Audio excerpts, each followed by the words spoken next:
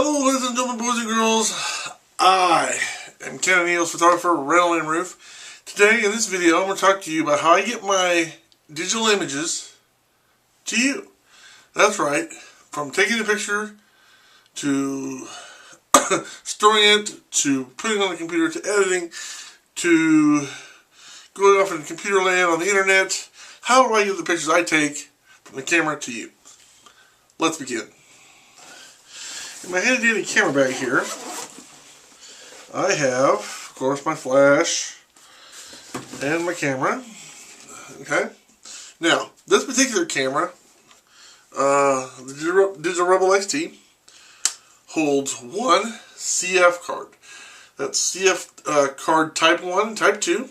Push the little button, pops out, and this is an 8GB, 133 times speed compact flash card. These are pretty cheap nowadays. When I bought it, it wasn't too cheap. Let's just say it's a lot cheaper now. But the two things you want to look at, well, let's talk about three things. First of all, if it's a camera that takes a CF card, you need a CF card.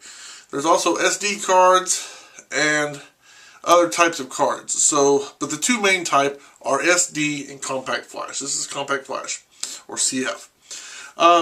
So, if you have a camera that takes a CF like mine does, or a compact flash, you have to obviously get a CF card, or compact flash card. Again, there's type 1 and type 2. The camera takes both. So, that's the first thing, is the card type, CF. Second thing is your 8GB, which is how much the card will hold. Okay? Theoretically. When they make hard drives and DVD, it never actually holds 8GB. It comes close, but it's never actually 8GB. For some reason, don't ask me why. It has to do with formatting. And it says 8GB. It's actually about 7.8 gigabytes is actually what you get, but they call it 8 gigs. Anyway, that's your size. They come anywhere from 1/4 gigabyte to 1 gigabyte to 8 to 16, 32, 64, 128, 256 gigabytes, I think right now, 256, I think.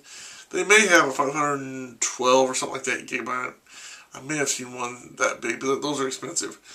Again, so the second thing you want is your gigabytes. How much memory does this card hold? But there's only, when it comes to compact flash, there's only two sizes. When it comes to, in general, again, there's SD and there's CF, but there's some other cards out there. There's the QXD, which is supposed to be coming out sometime, but hasn't really been released. But anyway, CF, SD. Despite this is going to be the same physical size. I mean, it's not going to change sizes. Whether it's an 8GB or 16 or 32, the physical size is going to be the same. What's going to be different is the stuff on the inside that you can't see. That's what's different. The physical size is still the same, whether it's 8, 16, 32, whatever. So that's the next thing. Next is your speed. This is 133 times speed. Now, where they get that speed is, back when they came out with CD-ROMs, and they spin the CD-ROMs to play music or watch video or whatever, but especially music. When first one came out, it was just music. When it's speedy, I'm not sure what the exact speed is, but when it speeds up enough where you can play music on a CD player, that is considered 1 times speed. Now, I couldn't tell you what the actual speed is, but the speed it takes to play the music is considered 1 times. Now, this is 133 times that speed. And the reason they use microchips now instead of floppy disks or things like that, they used to have a card like this. In fact, I had one that was like this, that had a physical hard drive in there. Magnetic media, a lot slower. Cost more, well, costs were actually kind of close to it, but the main problem was it was slower. These were, back when they had the CF cards like this that had the actual hard drive, the price for the digital were a little bit more, but the problem with the spinning disk is real slow compared to a flash memory. So all of them now are chips, unless you find some old ones somewhere. But anyway, 133 times speed. What this one is, they go up to 1,000 speed. I think 1,000 times is the fastest ones I've seen. So when you get a CF card or CF Type 2, the two things that are going to determine the price of that card, aside from how old it is the gigabytes, the storage, how much it will hold, and the speed. So there's speed and storage. Those are the two main things. Again, age plays a part. If you get an older one, obviously it's going to be less. But speed and size, or storage capacity I should say, is going to be the two major factors when you buy these as far as the price. And of course, the bigger the storage and the faster it is, most people want the bigger cards. I know I do. That way you can hold more pictures, it's faster. So, but again, when you get up to those high speeds and high capacity, it's going to cost you more. So it's just a matter of how much you want to spend, how much you need. I mean, what do you need? What do you want? I mean, obviously, if everybody had the choice, they get the highest capacity, fastest one, but those are expensive. So it really depends on how serious do you take your photography. Are you going to take 10 or 15 pictures? Are you going to take 100 pictures? Are you going to take 1,000 pictures? Are you going to take 5,000 pictures? Cat's somewhere. Come here, going. Just give me it. So it really just depends on what kind of photography you're going to be doing, what kind of camera you're using. Again, if you have a fast camera but have a slow card, this could be the proverbial weakest link in the chain, as they say. And the camera is only going to write. It's only going to write. Let's say the camera could go at 1,000 times speed, but if I've only got 133 times card, this card is going to slow down the camera because it can only do 133 times. 133 times is as fast as this can go. So it doesn't matter how fast your camera is if you got a slow card.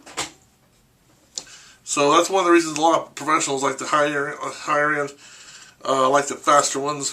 I wish I could afford a faster one, but that's another story.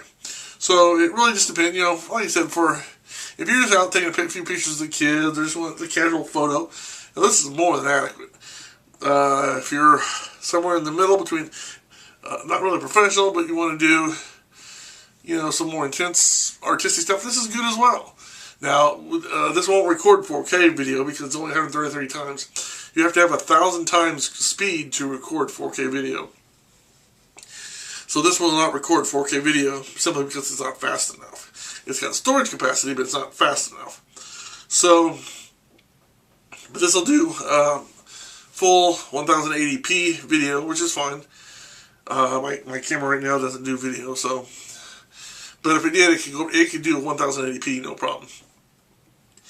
So with that in mind, that's what you want to think about when you go to get your little storage card.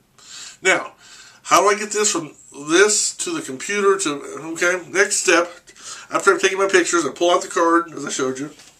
Pull the card out. And the next thing I do, now some people have Wi-Fi in their cameras where they can go straight from the camera to the computer, or camera to a printer, whatever, that's fine. That's not how I do it. Basically because I don't have Wi-Fi in the camera. But, plus this is faster and more reliable. So what I do is stick my CF card into my card reader. And this card reader is just for CF cards. It won't do SD, it's made specifically for, this is made specifically for CF cards. Of course, this is just USB. I've got an extension cable, and this goes into the back into the computer on my iMac. Now, with this, you do have to have a powered port. There's USB unpowered and USB powered. And for example, on my iMac, the keyboard, even though it has power going to the keyboard, the USB ports are not powered.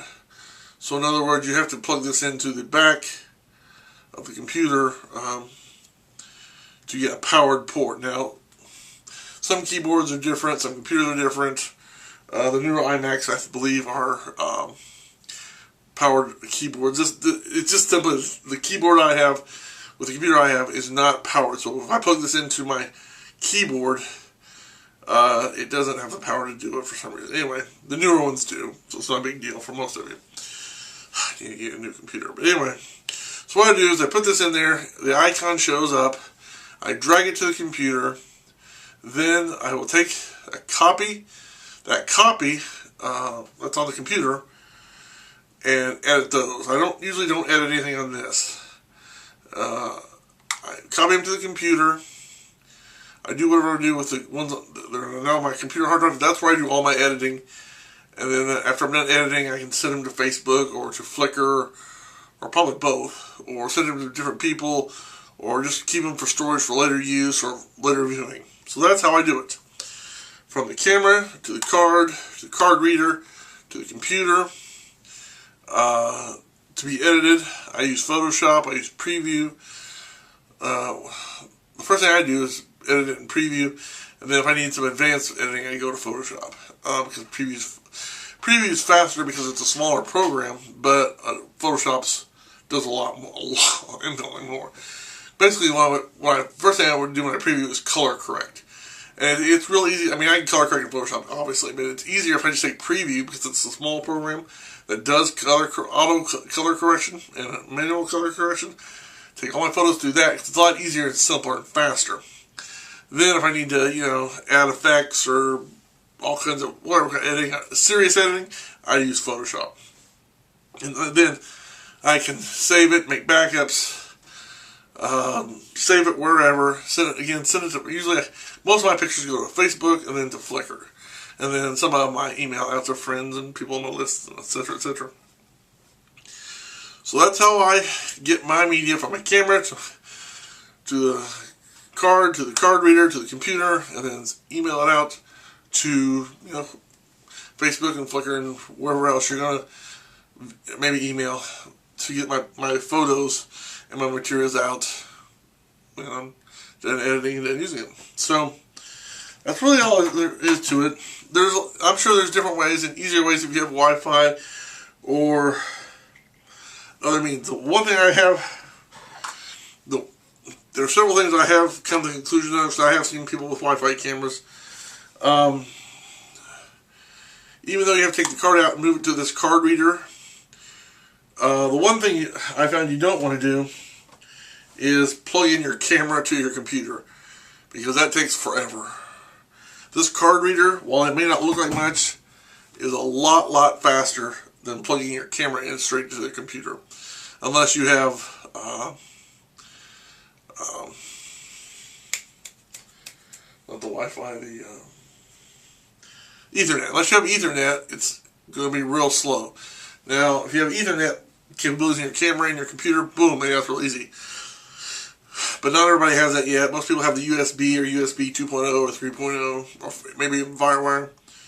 And again, as it gets up, USB 2.0 is better than 1.0, and 3.0 is even better, and FireWire is better, and FireWire 800 is better than FireWire 400, and so on. So the higher you go, the faster it goes.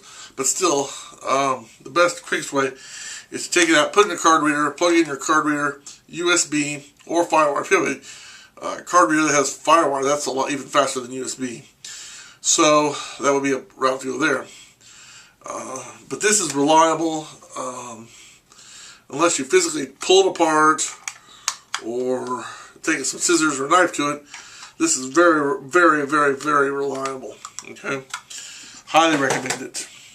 And these are light, not very heavy at all. They're very durable.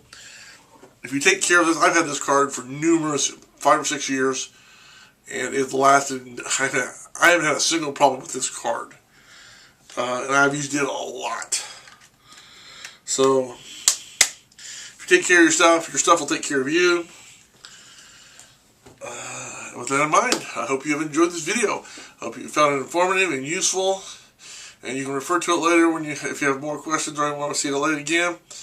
And maybe when you decide what kind of camera you're going to get, or you're saying how you want to transfer your files, this video will be of some help. I hope it will be. So until next time, I'm Canon EOS photographer Randall and Rueff saying thanks for watching. Have a good day, and may God bless you. And as always, keep taking those pictures.